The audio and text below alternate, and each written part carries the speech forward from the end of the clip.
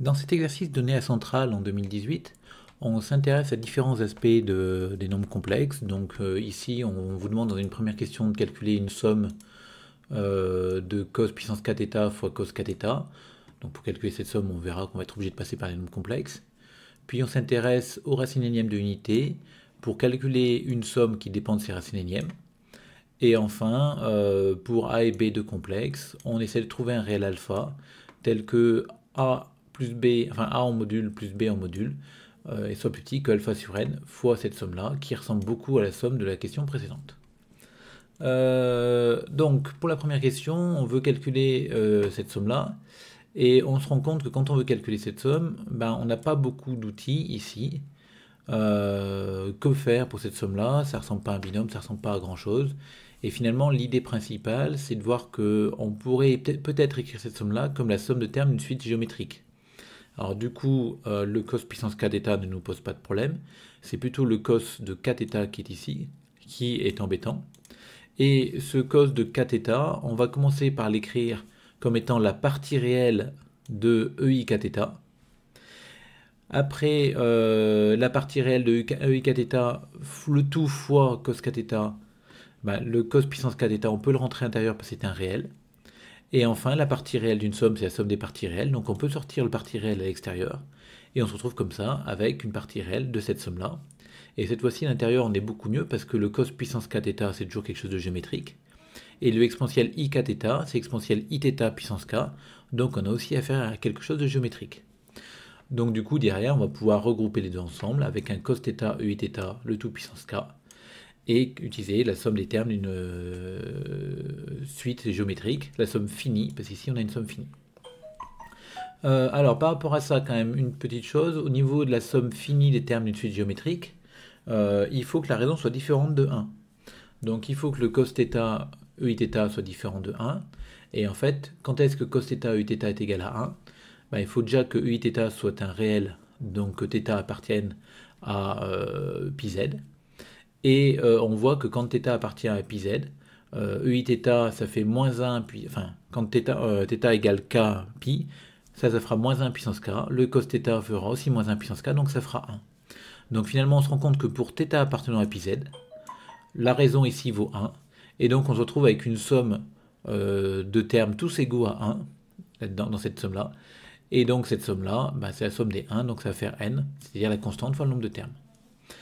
Bon, maintenant, si θ n'est pas dans pi z, on se retrouve donc à calculer cette somme, donc une somme finie géométrique de raison cos θ, eiθ différente de 1. Et donc pour calculer cette somme-là, ben, on utilise premier terme, donc 1, fois 1 moins la raison puissance nombre de termes sur 1 moins la raison.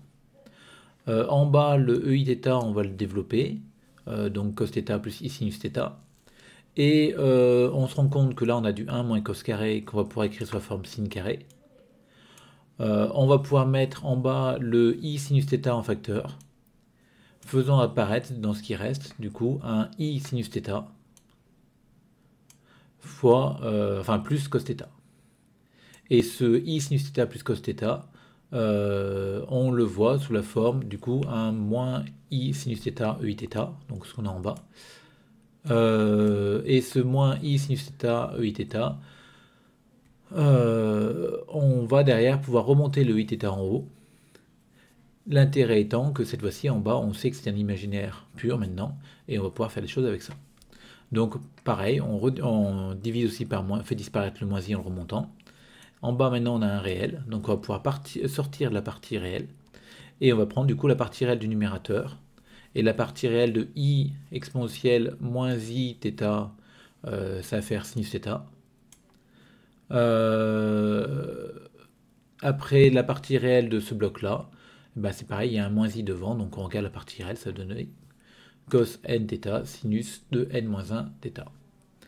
Donc on a trouvé une formule pour ça, et bah, ça marche plutôt bien. Donc vous voyez, l'idée de départ, c'était vraiment de se dire comment se sortir de cette somme-là. Donc il faut essayer de faire apparaître quelque chose de géométrique, et le cos puissance kθ ne pose aucun problème, parce que c'est déjà quelque chose qui ressemble à une suite géométrique.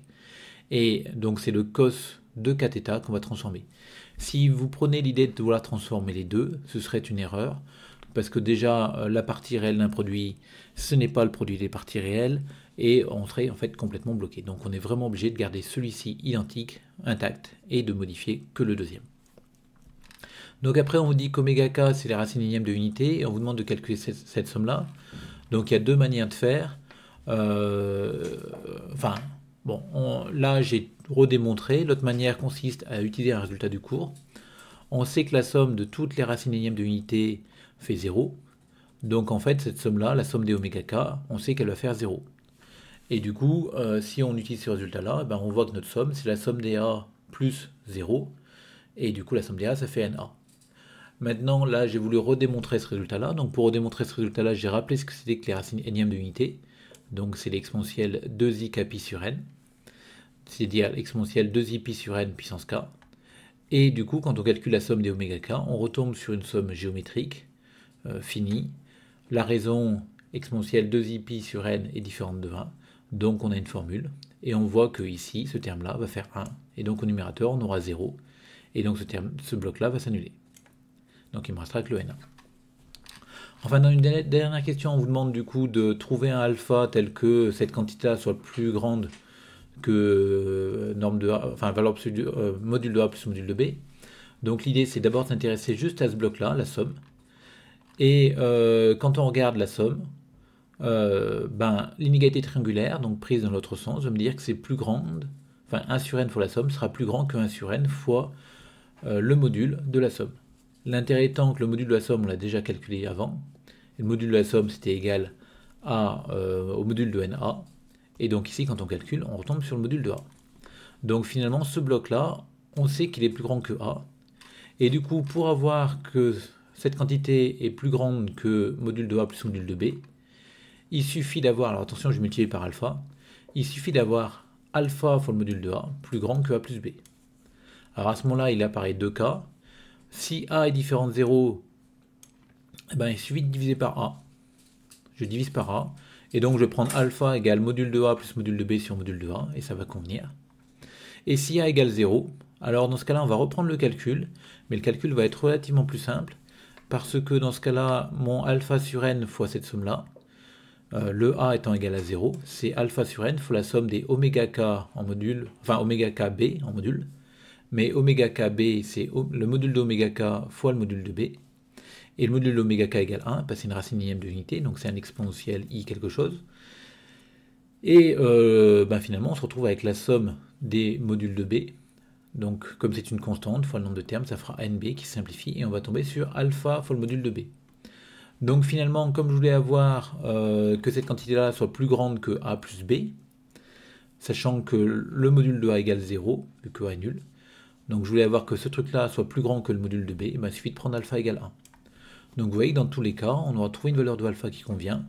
On va prendre alpha égale 1 si a égale 0, et alpha égale module de a plus module de b sur module de a si a différence 0, et on a bien trouvé un alpha, du coup, qui vérifie l'équation qu'on a donnée ici.